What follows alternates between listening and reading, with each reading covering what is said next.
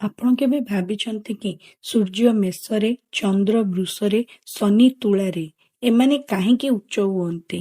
ଏହା କେବଳ ଗଣିତ ନୁହେଁ, ଏହା ପଛରେ ରହିଛି ଜୀବନର ଗଭୀର ତର୍କ। ଜ୍ୟୋତିଷରେ ଉଚ୍ଚତ୍ୱ ମାନେ ଗ୍ରହର କମ୍ଫର୍ଟେବଲ ହେବା ନୁହେଁ, ଗ୍ରହର ସର୍ବୋତ୍ତମ ଭାବେ କାମ କରିବାକୁ ବୁଝାଯାଏ। ଯେପରି ଗୋଟିଏ ଦକ୍ଷ ବ୍ୟକ୍ତି ଯେତେବେଳେ ଠିକ୍ ଦାୟିତ୍ୱ ପାଏ, ସେ ଆଉ ଅଧିକ ଆଲୋକିତ ହୁଏ, ଅଧିକ ଭାବେ କାମଟିକୁ କରିପାରେ। ଉଚ୍ଚତ୍ୱ ମାନେ ଗ୍ରହ ପାଇଁ ଠିକ୍ ପରିବେଶକୁ ବୁଝାଏ। ପ୍ରତ୍ୟେକ ଗ୍ରହର ଗୋଟିଏ ଉଦ୍ଦେଶ୍ୟ ରହିଛି। ଯେପରି ସୂର୍ଯ୍ୟଙ୍କର ନେତୃତ୍ୱ ନେବା, ଚନ୍ଦ୍ରଙ୍କର ମନର କାରକତ୍ୱ, ମଙ୍ଗଳ କାର୍ଯ୍ୟର କାରକତ୍ୱ, ବୃହସ୍ପତି ଜ୍ଞାନ, ଶୁକ୍ର ପ୍ରେମ, ଶନିଙ୍କର ନୀତି ଓ ନିୟମ। ଯେଉଁ ରାଶି ଏହି ଉଦ୍ଦେଶ୍ୟକୁ ସଠିକ୍ ଦିଗ ଦେଇପାରେ, ସେହି ରାଶିରେ ଗ୍ରହମାନେ ଉଚ୍ଚ ହୁଅନ୍ତି।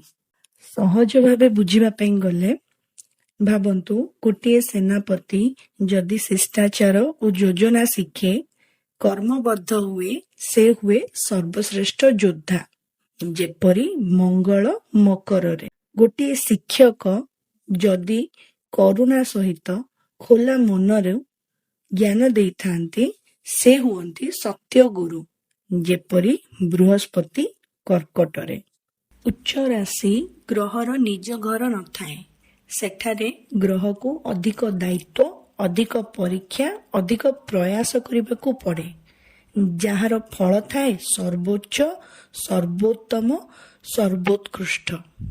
ମନେ ରଖିବା ପାଇଁ ସହଜ ହେବା କାରଣରୁ ପୁଣି ଥରେ ମୁଁ ରିପିଟ୍ କରିଦେଉଛି। ସୂର୍ଯ୍ୟ ମେଷ ରାଶିରେ, ଚନ୍ଦ୍ର ବୃଷ ରାଶିରେ, ମଙ୍ଗଳ ମକର ରାଶିରେ, ବୁଧ କନ୍ୟା ରାଶିରେ, ବୃହସ୍ପତି କର୍କଟ ରାଶି, ଶୁକ୍ର ମୀନ ରାଶି ଓ ଶନି ତୁଳା ରାଶିରେ ଉଚ୍ଚତ୍ୱକୁ ପ୍ରାପ୍ତ କରନ୍ତି।